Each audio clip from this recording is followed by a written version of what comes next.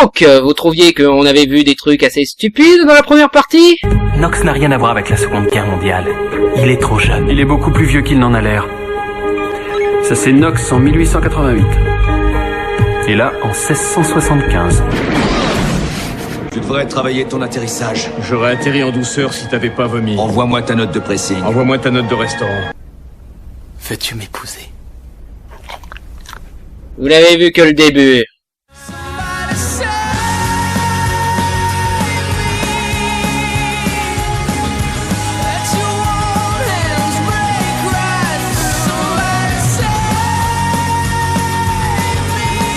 Numéro 4.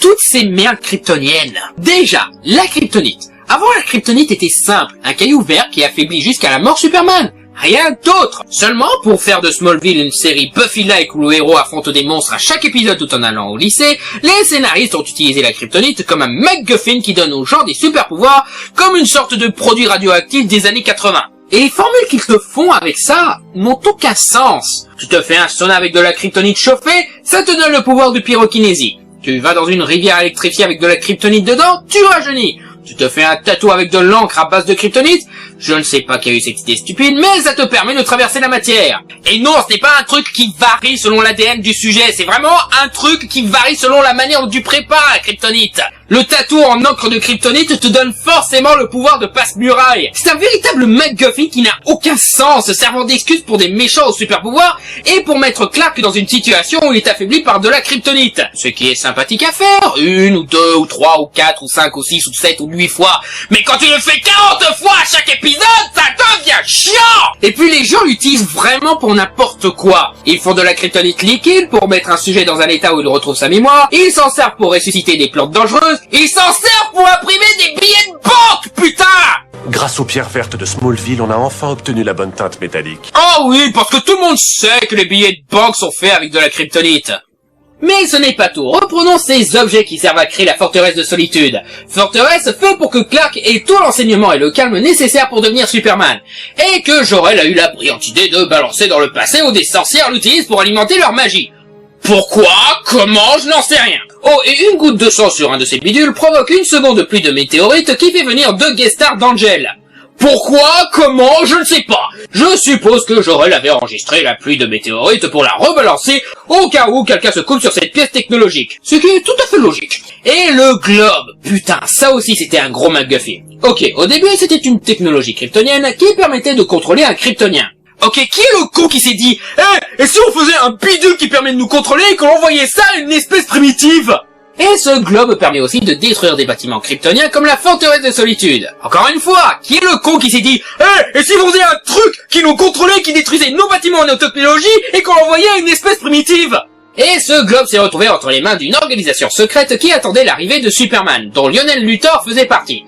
Pourquoi Jor-El aurait besoin que des humains préparent son arrivée? Est-ce qu'il avait pressenti qu'agir en connard avec son fils amènerait à un bordel qui demanderait un peu de soutien de quelques humains, dont un qui va donner naissance à son pire ennemi? Tout ça pour faire un parallèle avec Jésus et les rois mages? Et j'adore la manière dont ils essayent de nous faire croire que cette organisation secrète existe depuis le début, malgré le fait que Lionel semble n'avoir jamais été préparé à quoi que ce soit vis-à-vis de Clark, vu qu'il prévoit même de l'utiliser comme cobaye d'autres merdes, et que le symbole de cette organisation, qui soi-disant a toujours été là sur ce vitrail, n'a jamais été sur ce fameux vitrail jusque-là. Vitrail qui se fait briser au moins 5 fois durant la série avant ce moment. Et la saison suivante, le globe change complètement. Maintenant, c'est une sorte de balise donnant des tas de connaissances sur Krypton. Et si on faisait un truc avec toutes nos connaissances et qu'on lui permettrait de tous nous contrôler et de détruire nos bâtiments et qu'on envoyait ça à une espèce? Oui, c'est Jor-El qui a fait ce truc, ouais. Et c'est aussi une intelligence artificielle qui dévoilera ses secrets qu'à la condition que le monstre kryptonien qui possède Davis disparaisse. Et une fois que c'est fait, on découvre après que ce globe contenait les clones de Jor-El, de Zod et de ses fidèles. Donc c'est un contrôleur destructeur kryptonien, balise, bibliothèque, arche de Noé, cloneur...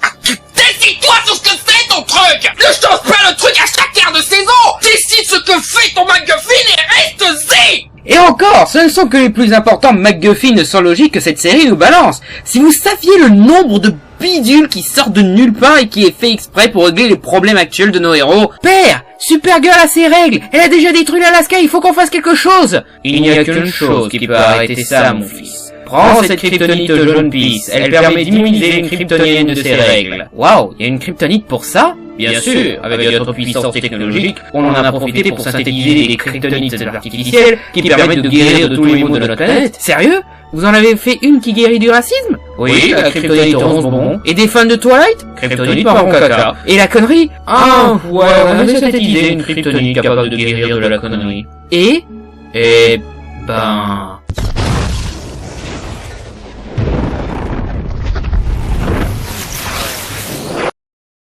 Ah, ouais. Bref, la Terre est un véritable bordel pour des tas de merde kryptoniennes n'ayant qu'un but, remplir cette série trop longue de scénarios et enjeux mal écrits. On a aussi synthétisé une kryptonite fuchsia qui permet de changer l'orientation sexuelle d'un kryptonien, de transformer un hétéro en gay. Pourquoi vous auriez besoin d'une kryptonite qui fait ça? Oh, t'occupe pas pourquoi on a créé ça, tu veux? Tiens, voilà une kryptonite belle qui bouge les trous de barrage. Putain, c'est quand que tu me révèles qu'il y a une kryptonite contre l'impuissance? Kryptonite flux. Mais t'en poses des questions, moi, petit con? Numéro 3. Superman sans Superman. Quand tu racontes une histoire d'origine, généralement tu réfléchis sur comment tu vas terminer cette histoire, histoire de savoir où est-ce que tu vas avec tous les trucs que tu nous racontes.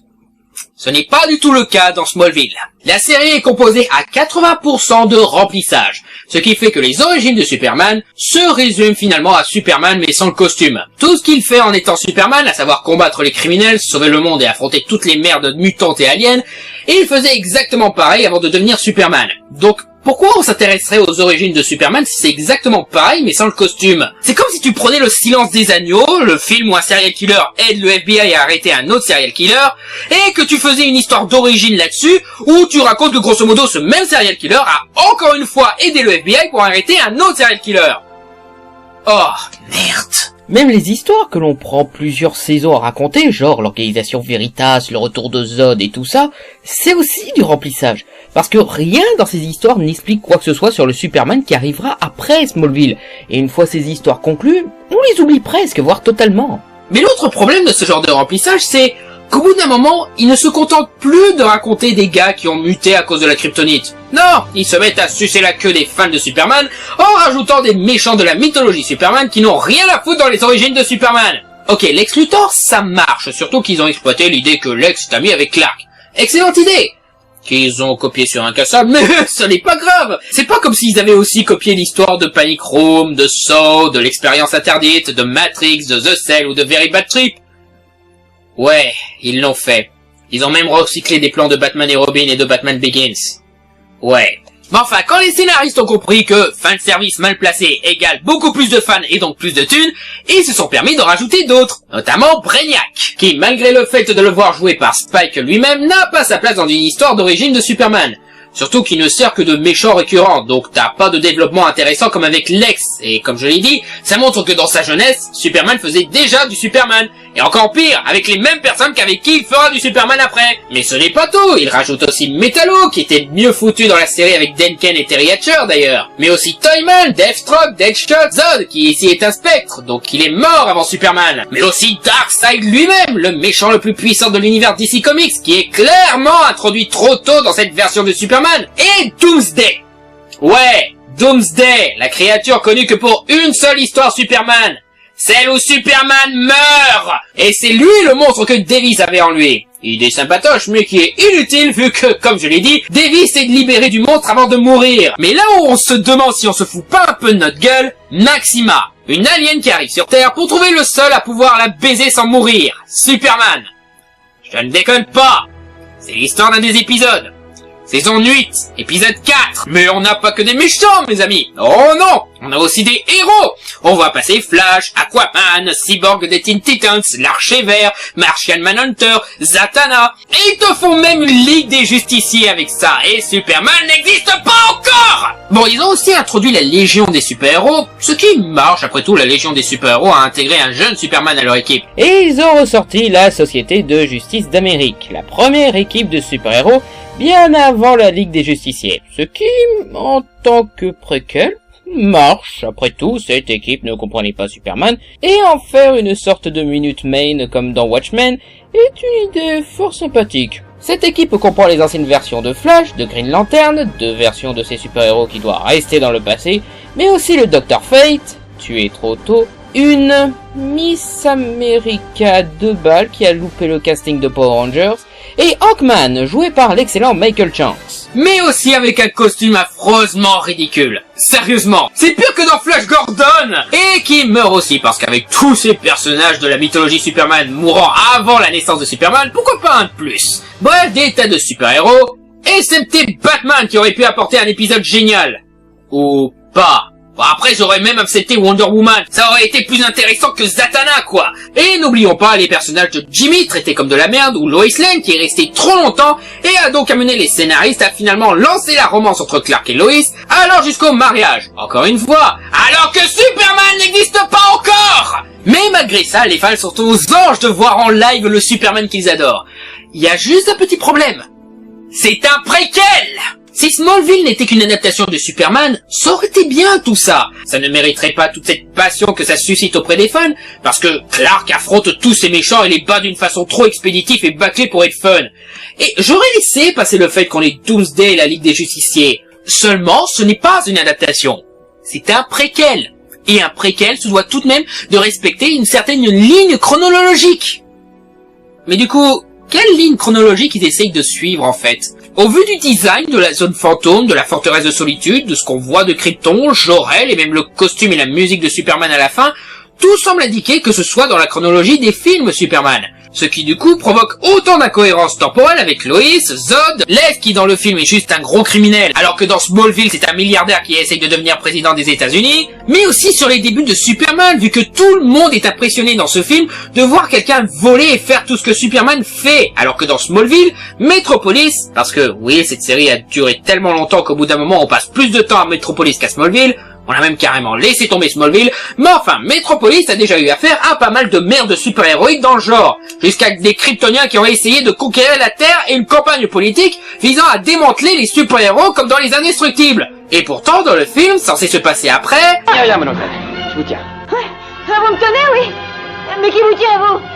Et du coup, si c'est un préquel, Clark n'est pas censé rencontrer tous ces personnages et former la Ligue des Justiciers dans ce même préquel. Si tu veux adapter tout ça à l'écran, voici une idée toute conne. Arrête Smallville après 3 saisons racontant bien comme il faut les origines de Superman et fais un spin-off racontant ta version de Superman. C'est tout. Surtout qu'en faisant un préquel comme tu le fais là, tu commets le pire des crimes pour un préquel. Tu démystifies le futur de Superman. Donc du coup, l'histoire dont tu es censé raconter les origines. Déjà, le fait que toutes les actions de Clark dans cette série font passer les événements des films Superman pour des épisodes d'Eric, avec Superman qui se révèle au monde en empêchant carrément une planète de détruire la Terre, faisant que cette fameuse grande période paraît faible à présent, mais aussi le fait que de multiples super-héros arrivent trop tôt et fait passer Clark pour un imbécile qui ne fait que suivre une mode lancée par ses super copains. Encore pire, même Lois a l'idée de devenir une super-héroïne à un moment. Ce qui est encore plus ridicule quand on sait que Superman est techniquement le premier super-héros de l'histoire, et le modèle des super-héros. Même les films ont servi de modèle pour d'autres films de super-héros. Et le pire, c'est que dans la série elle-même, tout le monde parle de la période où Clark deviendra Superman comme une période de grand moment, de révolution, où il servira de modèle et amènera une nouvelle ère. Le jour où tu te révéleras au monde, nous basculerons dans une nouvelle ère, Clark. Une ère où les justiciers trouveront leur place. Tout commencera quand ils te verront t'élever vers le ciel. Tu représenteras l'espoir de jours meilleurs. Tout le monde se ralliera à ton message. Ce qui est complètement cassé par le fait qu'il affronte déjà de grands événements qui ont empêché au moins 7 apocalypses et que pratiquement la moitié des super-héros de DC Comics sont lancés sans savoir que Clark existe. Et à force de parler de cette période grandiose, on commence à en avoir marre de Clark qui ne fait pratiquement rien pour aller dans cette période grandiose et agit donc en grosse feignasse qui ne fait rien pour arranger les choses et se contente de sauver ce qu'il croise comme le fainéant qui attend que les choses lui tombent dessus. À chaque fois que quelqu'un lui parle de la période où il deviendra Superman, on entend « Hey, debout grosse feignasse, t'as 10 ans de retard, mets ton putain de costume !» Et il faut que sa cousine Supergirl vienne pour essayer de lui apprendre à voler pour qu'il se bouge un peu.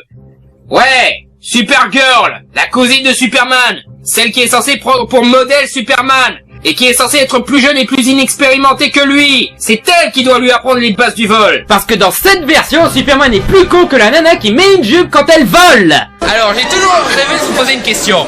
Pourquoi mettre une jupe? C'est pas un peu pratique pour voler ou des trucs comme ça? J'aime bien montrer ma culotte, c'est pour ça. Ah, la salle. Et c'en est encore plus insultant quand Clark commence enfin sa carrière de super-héros en ayant enfin l'idée d'en devenir un dans la saison 8, à savoir 2 ans après qu'il ait formé la Ligue. Ce qui veut dire qu'il lui a fallu 2 ans pour que monte jusqu'à son cerveau l'information: hey, peut-être que je devrais faire comme Flash et l'Archevêque et me trouver une identité secrète pour devenir un justicier. Je devrais peut-être faire ça avant d'être une tête habituelle du Daily Planet qui fait que tout le monde sait à quoi je ressemble sans mes lunettes et me reconnaîtra donc quand je ne porterai pas de masque avec mon costume. Seulement, comme on a encore 2 saisons à remplir, il ne devient pas encore Superman, mais un super-héros avec un costume plus classe et donc cassant encore une fois l'aspect merveilleux de la période Superman, vu qu'il a eu l'idée de ne pas mettre le slip par-dessus le pantalon sur son costume. Même le costume qu'il met après est plus classe que le costume de Superman. Surtout qu'en plus il reprend les couleurs et le symbole du costume de Superman, ce qui rend encore plus futile la façon à laquelle Jor-El lui confisque son costume de Superman en début de saison 10, vu qu'il a déjà 2 costumes bien plus classe dans son tiroir, et que ça n'empêche pas de faire le super-héros. Et comment s'appelle le super-héros que Clark est devenu pour faire ramer cette putain de série pendant encore 2 ans? Le flou! Parce qu'à chaque fois qu'on le photographie, il est flou à cause de sa super vitesse. Ok, oublie toute cette histoire où j'ai dit que c'était en fait meilleur que Superman. Ce nom est absolument ridicule. Enfin quand même 10 ans pour essayer de se trouver un nom. Je sais bien que les fans adorent cette série principalement pour tous ses caméos. Mais franchement les mecs, c'est quoi le mieux? Ne pas avoir du tout de version live de tous ces personnages et se contenter des dessins animés de Bruce Timm et de la BD? Ou de se taper ces cosplays en carton qui font des bastons qui durent pas plus de 10 secondes et qui rappellent à quel point Clark est bête et fainéant dans cette série? Bref, tout ça pour dire qu'au final, Smallville est un plus mauvais préquel que Muppet Baby.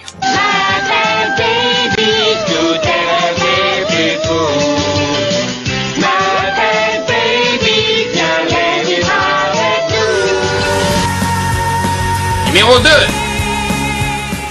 Lana Lang. Oh putain que je hais cette connasse. Sérieusement, elle est conne, elle est chiante et elle est gnante.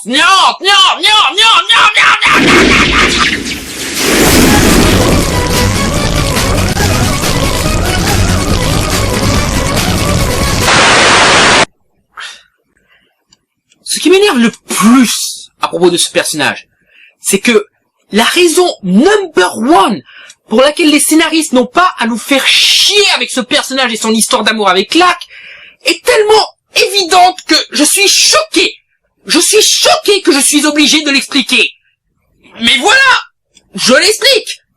Ça ne sert à rien de nous faire chier avec Lana et Clark parce qu'on sait tous, quand je dis tous, c'est toute la planète, tout le monde sait que Clark ne finira pas avec Lana, mais avec Lois. Mais malgré ça, ces crétins de scénaristes ont voulu remuer cet amour mort et enterré pendant pas moins de 9 putains d'années, et ils en ont fait une histoire d'amour pratiquement impossible à séparer. Le genre de romance qui se veut ultra méga romantique à la Twilight, montrant que même pas la fin du monde pourrait les séparer. Par contre, ne pas pouvoir baiser, ça va les faire se séparer un moment. Non seulement ça rend le couple Clark et Lois faible par rapport à tout ce rose bonbon de Clark et Lana, ce qui, encore une fois, démystifie l'époque Superman, mais en plus ça rend difficile les possibilités de drame qui les sépareront à la fin. Comme je l'ai dit, à un moment ils se sont contentés d'un trait débile, on ne peut pas baiser, donc je vais me faire le chauve. Si au moins ils s'étaient contentés d'une simple histoire d'amour, un truc innocent, un truc simple qui durera pas des années. Mais non! Le seul moyen de les exploiter, c'est de les faire se séparer autant que Rachel et Ross dans Friends. Surtout que dans l'œuvre originale, vous savez, celle dont vous prétendez raconter les origines, la relation entre Clark et Lana n'allait pas plus loin qu'une passade d'adolescents ou l'amitié d'enfance toute simple mais efficace. Nous sommes sortis ensemble. Tiens. C'était au lycée. Et surtout, Lana n'y était pas chiante. Et elle a pourtant ces moments de pute manipulatrice qui la rend plus intéressante que dans cette version. Le personnage en lui-même est une championne des têtes à claques qui ne pense qu'à chialer et se plaindre. Et la plupart du temps pour des changements bizarroïdes de comportement venant de Clark. Ce qui m'énerve parce que depuis le temps qu'il se tape toutes ces conneries surnaturelles, qui influent souvent sur la personnalité, elle devrait savoir qu'il n'est pas à blâmer dans cette histoire. Lors de la première saison, elle était pas aussi saoulante, mais elle était quand même bien chiante. Elle était un peu comme Kimberly dans Power Rangers, ridiculement jolie et gentille, qui fait toutes les associations caricatives pour aider les vieux, les animaux, les vieux cinémas et autres actions dont Mère Teresa serait jalouse. Mais au moins, elle avait de quoi plaire pour quelqu'un comme Superman. Mais après, sa personnalité se limite à être amoureuse, à pleurer et à se plaindre, la rendant encore plus vite que le Power Ranger rose qui lui servait de modèle au début. Et je ne parle pas du fait qu'elle porte autour du cou depuis l'enfance un bout de météorite. Vous savez, l'une des météorites qui a tué ses parents! C'est vraiment fait avec Un morceau du météorite, c'est ça? Oh oui, gardez toujours sur soi un petit truc qui rappelle comment ses parents sont morts, au lieu d'un truc qui rappelle comment ils étaient dans leur vie. C'est tout à fait normal. Pas pour les personnes saines d'esprit, mais... Il a apporté tellement de malchance avec lui qu'il ne doit plus rester que de la chance. Ce personnage est une catastrophe qui bloque cette série qui se veut adulte et sombre à une ambiance gnangnante digne de Sauvé par le Gong. Et encore, ce personnage est à chier sur tous les bords, que ce soit l'interprétation insipide et énervante de Christine Kruk, ou le fait que les scénaristes et créateurs de la série, Alfred Goff et Mike Millar, sont physiquement incapables d'écrire une bonne histoire d'amour ou une love interest qui ne soit pas chiante. Ils ont aussi écrit Spider-Man 2. Super film, avec une romance extrêmement chiante. Ils ont aussi écrit numéro 4, film de merde, avec une romance extrêmement chiante. Et ils ont écrit Le Tombeau de l'Empereur Dragon, que les gens appellent bizarrement La Momie 3. Un film de merde dont le réalisateur a eu la pourtant bonne idée de scraper la romance. Parce que vaut mieux une romance bâclée qu'une romance ultra chiante. Même un réal merdique comme Rob Cohen l'a compris. Mais Lana est sûrement la pire qu'ils aient jamais écrite. Probablement parce qu'ils ont dû remplir 8 saisons entières avec sa niaiserie. C'est simple, les meilleurs épisodes de Smallville sont ceux où elle apparaît le moins, comme La Mémoire dans la peau. Bon ok, son départ après la saison 7 n'a pas empêché la série d'avoir 3 saisons extrêmement stupides, mais bon. Au bout de 2 saisons avec elle, je n'avais qu'une envie, qu'elle dégage chialer ailleurs. Sérieusement, Clark, qu'est-ce que tu lui trouves à cette connasse sans personnalité? Et toi, Alex, qu'est-ce que tu lui trouves à cette chieuse qui se plaint pour rien? Et toi, Dean de Supernatural, qu'est-ce que tu fous avec elle? Dean, je pourrais savoir ce que tu fous là? Ça ne t'ennuie pas de nous oublier 5 minutes, Sam? Je te signale que c'est une enquête sérieuse. On n'a pas de temps pour faire du blablabla. Blablabla. Bla. Blablabla. Dans le cliffhanger de la saison 6, on nous la montre en train de crever dans une explosion. Je ne plaisante pas. Quand on a vu cet épisode avec ma famille, on l'a tous fait YES! Parce que même ma famille, qui est plus indulgente que moi vis-à-vis des films et des séries télé, ne pouvait pas la supporter. Mais non, il a fallu qu'il la garde une saison de plus. Et comment ils sont allés expliquer comment elle a survécu à une explosion comme ça? Elle a sauté de la voiture avant? Non, elle est allée prendre un des 1000 clones que Lex a fait d'elle sans bonne raison en cachette pour la placer dans la voiture avant l'explosion. Donc comment Lionel a fait pour ne pas la voir mettre un clone sans vie dans sa voiture avant de fuir assez loin pour ne pas être emporté par l'explosion? Je n'en sais strictement rien.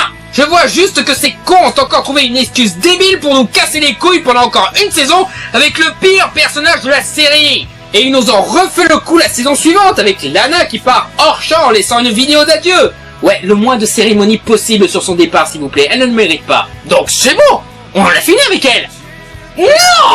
Elle revient pour faire chier pendant encore 4 épisodes merdiques où elle devient Superwoman, fait crac-crac avec Clark en défonçant encore leur lit et essayant de nous faire croire que Lana est maintenant une badass. Ouais, je l'imagine très bien me mettre KO en pleurant très fort. Bon, cette fois on l'a remplie de kryptonite pour faire en sorte qu'elle se sépare définitivement de Clark, symbolisant à quel point Lana est cancérigène pour cette saloperie de série qui refuse de crever après 8 saisons de trop. Et puis, tu sais Smallville, Pushing Daisies est tout aussi rose bonbon et gnangnan que toi, mais au moins, le fait de ne pas pouvoir se toucher ne les empêche pas de s'aimer. Donc, encore une fois, vous vous séparez parce que vous ne pouvez pas baiser.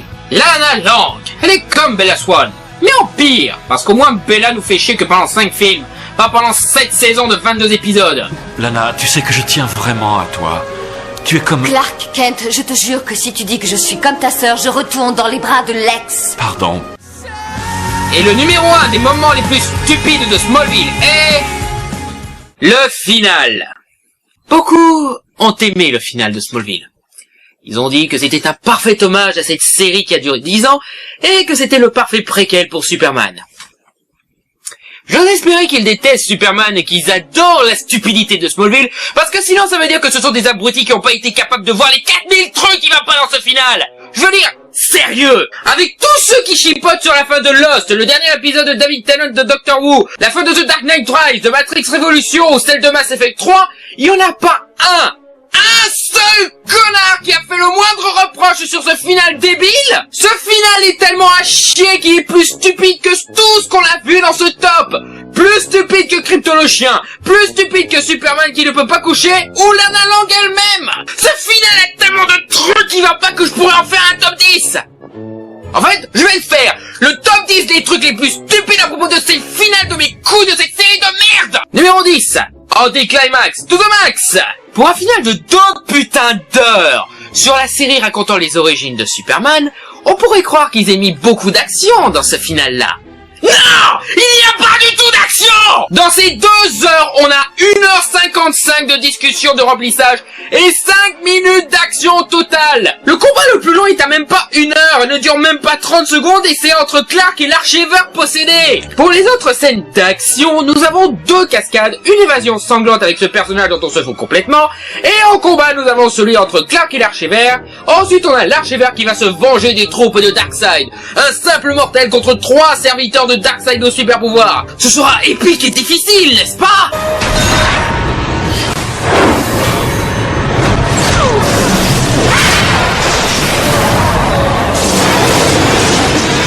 Non! Pas du tout!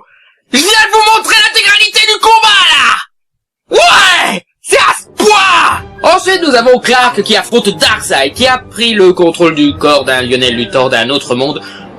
Longue histoire inintéressante, mais bon, Superman contre Darkseid, c'est toujours épique d'habitude. Dans les séries de Bruce Timm, c'était les moments les plus épiques et impressionnants de l'industrie des séries d'animation américaines.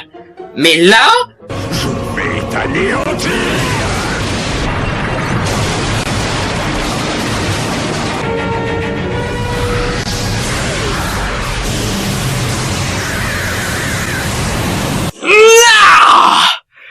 Encore une fois, je vous ai montré l'intégrale du combat. Et enfin, Superman qui doit sauver la Terre d'une planète qui s'apprête à s'écraser. Comment? En volant vers elle. 2 putains d'heures pour ce final de merde. Ça valait le coup, hein? Discussion chiante et inutilement redondante et 5 minutes d'action bâclée qui sont accessoirement les scènes d'action les plus courtes de toute la série. La série où les scènes d'action étaient déjà trop courtes. Bravo les mecs, vous avez rendu un parfait hommage au ridicule de cette série de merde. Numéro 9. Darkseid et le diable. C'est un truc qu'on pourrait reprocher à toute la dernière saison de Smallville, mais j'en profite. Puis de toute façon, c'est un petit peu trop évident dans ce final-là que... voilà. En gros, ils ont voulu faire de Darkseid un équivalent du diable, de Satan. Je ne vois pas trop l'intérêt vu que Darkseid en lui-même est déjà un diable pour l'univers DC Comics, donc on n'a pas besoin de références pas subtiles du tout, comme Darkseid qui veut prendre les âmes des terriens, le fait qu'il se nourrit de la noirceur des gens, qu'il possède des corps, le fait qu'il fait des pactes pour prendre une âme, le fait qu'il corrompt l'âme des mortels pour en faire des démons, le fait que l'eau devient noire quand il arrive sur Terre. Ouais, bah ça va, j'ai pigé, vous êtes le diable, on ne va pas passer la nuit là-dessus. C'est tellement pas subtil qu'ils auraient pu carrément lui foutre des cornes à Darkseid. Numéro 8. Darkseid pilote Apocalypse. Ouais, Darkseid pilote sa planète Apocalypse. Et il s'apprête à s'écraser sur Terre avec ça. C'est un truc qu'on répète au moins 20 fois dans ce putain de final. Bon alors déjà, pourquoi il fait ça? Darkseid veut conquérir la Terre, collectionner leurs rames. En quoi faire péter les 2 planètes va l'aider? Sérieux, quel est l'intérêt de faire abattre Apocalypse? Attends, faire abattre... Ah! Ah! Ah! Ah! J'ai compris! Ah! L'apocalypse qui s'abat sur Terre! Ah! C'est un putain de jeu de mots! Cette série! T'es stupide, Smallville! T'es tellement stupide! Ensuite, Darkseid pilote sa planète.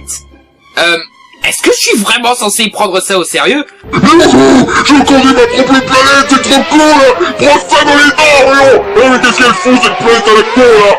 Eh, 102 millions! T'es au milieu de la route, connard! C'est moi un plomb! Bon, pour être honnête, il y a une autre explication à propos d'Apocalypse qui arrive sur Terre. En fait, Darkseid a mis un super aimant sur la tête des terriens. Je ne déconne pas! Ces trucs attirent une planète! Donc au final, quelle explication stupide vous préférez? Le fait que Darkseid pilote sa planète ou le fait qu'il ait mis des aimants sur tous les terriens pour qu'elle s'écrase? Et comment elle n'emporte pas la Lune, Mars et les autres planètes? J'en sais rien.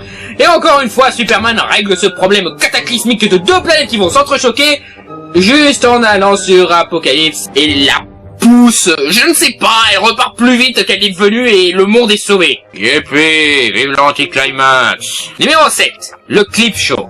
Vu que le combat entre Clark et Darkseid n'est pas passionnant du tout, les réals mettent en plein milieu un montage récapitulatif des scènes d'action épiques de la série, histoire de rappeler à quel point ce final est décevant. Non seulement il n'y a aucune énergie dans cette séquence et prend 2 minutes de remplissage à lui tout seul, mais certains extraits choisis ne sont même pas des moments d'exploit, plutôt des moments où Clark fait une erreur, comme la fois où il a transféré par erreur son pouvoir à un futur psychopathe, ou la fois où il s'est fait prendre par un flic qui fera chanter Clark pour profiter de ses pouvoirs. Et je crois que dans cet extrait-là, c'était Bizarro et non Clark qui avait fait cette action. Et ce clip chaud de merde, pourquoi?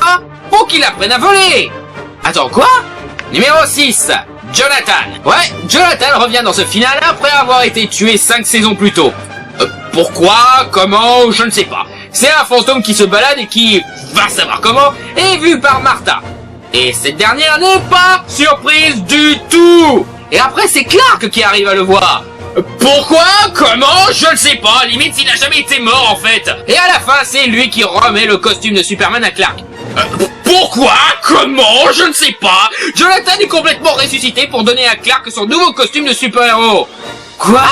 Numéro 5, l'hésitation de Lois et Clark. On devrait rebaptiser cette série remplissage parce que c'est tout ce qu'on a dans cette putain de série. Du remplissage bien chiant et ennuyeux. Et pour respecter la tradition, ce final de 2 heures n'est fait que de remplissage. Notamment avec ce scénario débile où Clark et Lois hésitent à se marier. Lois ne veut plus à cause d'une connerie lors du précédent épisode, mais Clark veut. Au même moment que Lois comprend qu'elle veut se marier, Clark remet en doute le mariage à son tour. Donc Clark ne veut plus, mais Lois veut. Et enfin, Clark comprend qu'il veut se marier. C'est tout ce qui se passe pendant la première heure de ce final.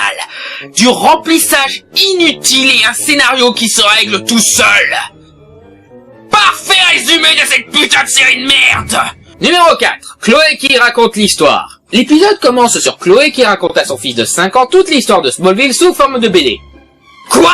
Ok, sérieusement, pourquoi mener cette connerie d'histoire de narratrice dans la même série où vous vous forcez à être sérieux et adulte? Et là, c'est la fois où le futur président a fait croire à Lana qu'elle était enceinte pour se marier avec elle. Là, c'est quand je suis devenue une chaudasse qui s'est fait Superman sous kryptonite rouge dans un bar bondé. Et là, c'est la fois où mon défunt mari a eu une vision d'un gros monstre qui m'a arraché en deux. Et là, c'est la fois où Darkseid a arraché le cœur d'un Lionel d'une autre dimension pour le donner à notre futur président. Et là, c'est quand ton père est devenu alcoolique qui avait tenté de tuer le futur président avant de devenir alcoolique. Maman, je n'aime pas cette histoire. Tu peux me raconter la toile de Charlotte à la place? Non, t'es trop petit pour cette histoire-là. Et puis, il faut bien qu'on t'explique tout ce qui s'est passé si tu veux devenir Arsenal comme le réalisateur le suggère de façon si subtile. Déjà qu'on n'a pas beaucoup de suspense sur la fin de cette série, mais cette scène confirme que ça sert à rien de voir ce final, qu'Apocalypse ne va pas s'écraser sur Terre vu que tout le monde va s'en sortir quoi qu'il arrive. Même Chloé qui est l'un des seuls personnages à ne pas être de la mythologie de Superman. Et puis, sérieux? T'as une BD racontant les origines de Superman qui est en vente? Et personne n'a fait le rapprochement avec le journaliste Bigelow originaire de Smallville? Et cette BD est vachement petite pour contenir 10 ans de conneries et de remplissage chiant. Ou même les 2 heures d'assommement de ce final. C'est juste stupide. Numéro 3. Lois sait tout. La preuve que cette série a duré trop longtemps. Lois sait tout sur Superman. Alors que Superman n'existe pas encore! Elle connaît le secret de Clark depuis bien avant la naissance de Superman, depuis la fin de la saison 9, cassant ainsi la célèbre romance entre Lois et Superman, vu qu'en plus elle est déjà en train d'épouser Clark. Le charme de cette histoire dont Smallville est censé raconter les origines, c'est que Lois est tombée sous les charmes de Superman, mais ignorait Clark, ce qui rendait le truc ironique. Encore plus ironique quand elle a commencé à aimer Clark dans la BD et la série avec Dan Kane. Et à comprendre que ses sentiments pour Superman sont puérils, et découvre le secret de Clark quand elle était officiellement avec lui et avait abandonné l'idée d'être avec Superman. Là, elle sort avec Clark, commence à s'intéresser au flou mais reste avec Clark, le trompe avec le flou mais reconnaît le goût de célèbre et comprend que c'est Clark et qu'il a donc des super pouvoirs, tandis que Clark comprend qu'en fait il sort avec une salope qui le trompe avec un mec dont elle n'a jamais vu le visage. Et du coup, elle connaît tout de Clark et s'apprête à se marier avec lui, alors que Superman n'existe pas encore. Je le répéterai jamais assez, ça! Rendant la grande période de Superman encore plus vide au vu de ce que Smallville lui laisse. Déjà que buter quelqu'un méchant ne l'appauvrissait pas, c'est comme ça, sérieux. Mais ils essayent quand même de reconnaître la continuité. Pas avec une énième amnésie, non, ce n'est pas assez pourri. En montrant qu'ils gardent secret leur relation et leur projet de mariage 5 ans après leur première tentative. Pourquoi cacher votre mariage? Pourquoi le cacher pendant si longtemps? Pourquoi? Est-ce que ça veut dire que dans cette scène de Superman, Lois et Clark faisaient semblant de se connaître? Pourquoi? You have created a time parallax! Numéro 2. Clark ne porte toujours pas le costume. Les fans ont attendu ce putain de moment depuis 10 ans. On prépare ce putain de moment depuis 10 ans. On voit qu'ils ont le costume, donc normalement, on va enfin voir Clark dans le costume. Non! Même ça, ils ont été trop cons pour le réussir. Même ça, ils l'ont loupé. La raison pour laquelle la série existe, pour laquelle elle a duré si longtemps, même ça, ils l'ont loupé. Tom Welling ne porte jamais ce putain de costume. Juste des gros plans sur sa tronche avec une cape en synthèse moche derrière un Superman microscopique. On le voit jamais en costume.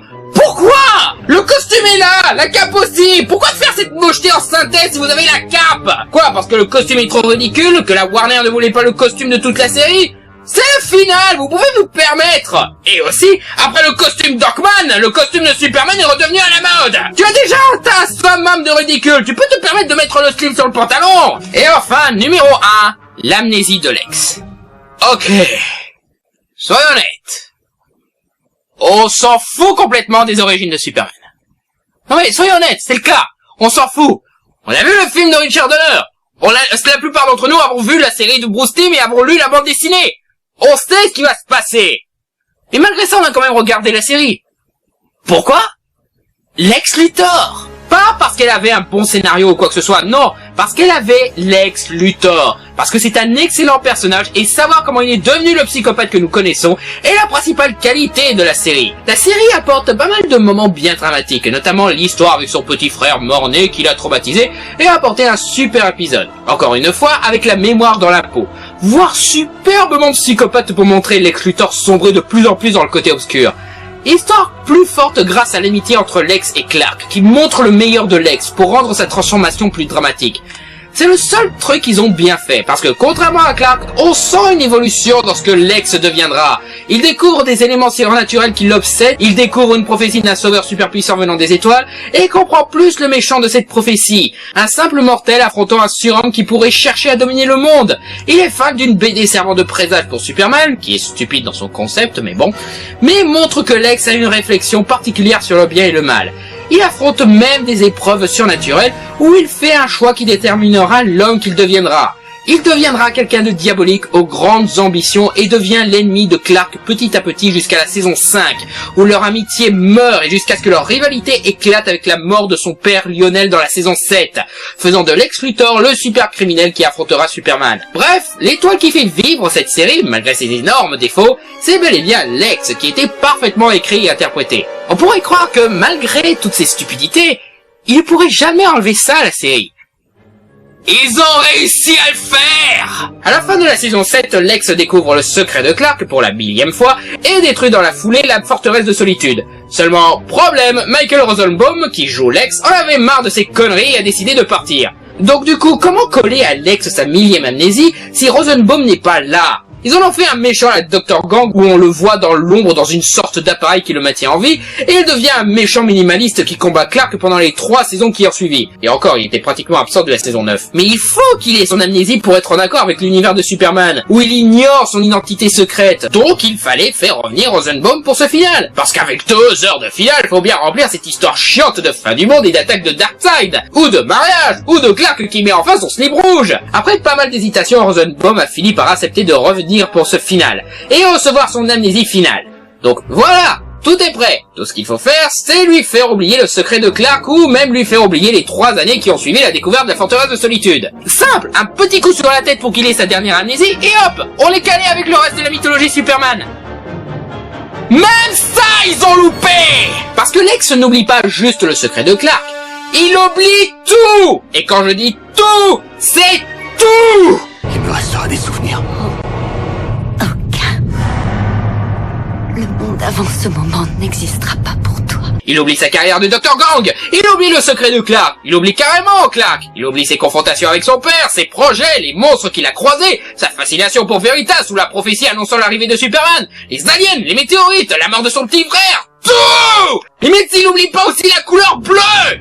Donc tout ce qu'il a affronté, tout ce qu'il a forgé pour être le futur monstre qui a affronté l'homme de fer, sa culture, son intelligence, sa noirceur, tout ce qui est dans cette série était censé expliquer sa méchanceté, effacé. Donc si t'as suivi cette série pour savoir pourquoi il est si méchant, t'as regardé la série pour rien et tu découvres que l'ennemi de Superman a pratiquement l'âge mental d'un nourrisson. Que le jour où le monde découvrit Superman, jour qui le lança dans sa carrière de super criminel, et le jour où il avait suffisamment de mémoire pour dire le mot et pourtant, 5 ans après, il est président des États-Unis. 5 ans de mémoire, il doit même pas connaître les multiplications.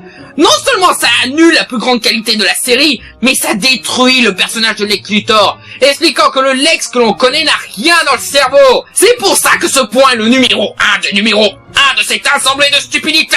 Ça détruit tout espoir pour cette série qui a duré trop longtemps, et nous prouve qu'on n'avait pas besoin de perdre 10 ans avant cette connerie. Je plains les pauvres âmes qui perdent encore leur temps à lire la 11e saison de cette série de merde, qui se rendent pas compte à quel point ils sont stupides de lire ce qu'ils lisent, que ceux qui sont en train de lire n'ont aucune raison d'exister, et qui continuent une série qui a commis son ultime suicide dans ce final de merde, qui se rendent pas compte à quel point ils sont stupides pour continuer à penser que cette série, ce final, est génial. Fuck!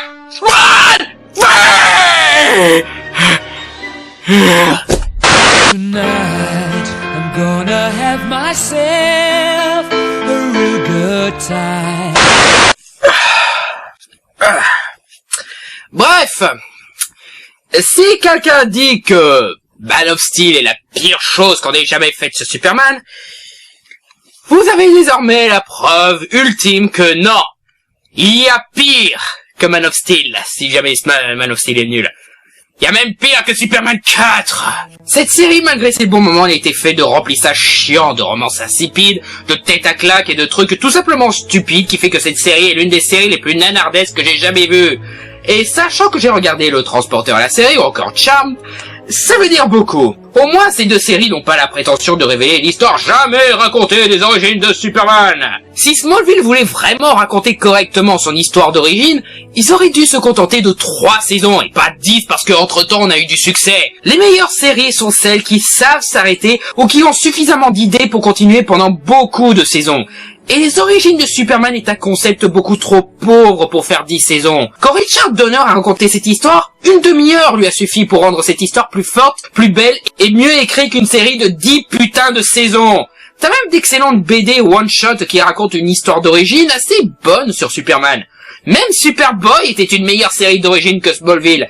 Parce qu'au moins, Superboy assumait le fait que c'était qu'un concept débile avec un Superman plus jeune, et n'avait pas la prétention de raconter une histoire unique, mature et psychologique. Si vous aimez Smallville, tant mieux pour vous, parce que, pour être honnête, il y a des qualités. Quelquefois, il y a des scénarios assez sympatoches quand ce n'est pas gâché par des dialogues extrêmement stupides. Oui, je parle de toi, l'archer-vert. Tous tes dialogues sont stupides et sont indignes de Steven Seagal. Il y a d'autres fois où l'émotion marche assez bien, malgré le fait que ce soit Tom Welling à l'écran. Et aussi, on a des caméos très sympathiques. Mais sérieusement, si vous aimez cette série, ayez au moins la décence de ne pas la défendre auprès de personnes qui pensent que c'est une grosse merde.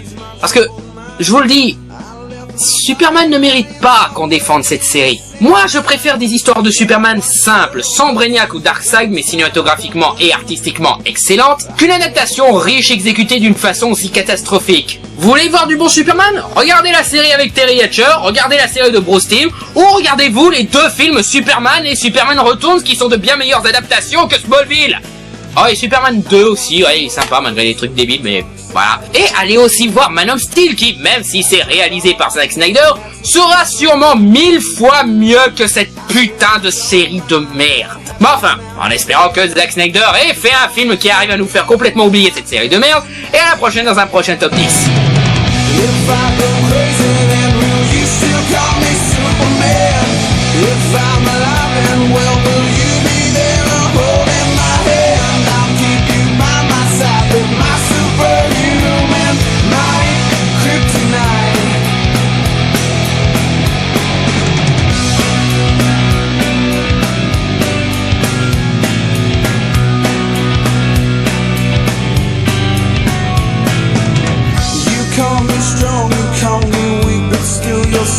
I will keep. You took for granted all the times I never let you down.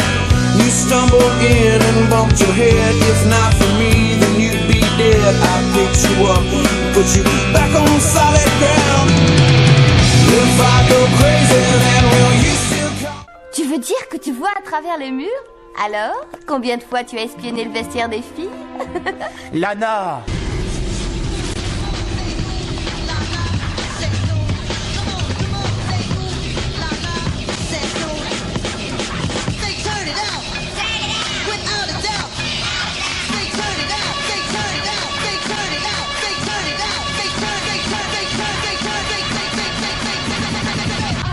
Si vous avez aimé cette vidéo, c'est bien. Vous devriez aussi aller sur voxmaker.fr voir la boîte magique où vous trouverez le numéro perdu de ce top 10 des moments stupides de cette salope de série. Et patron, un autre.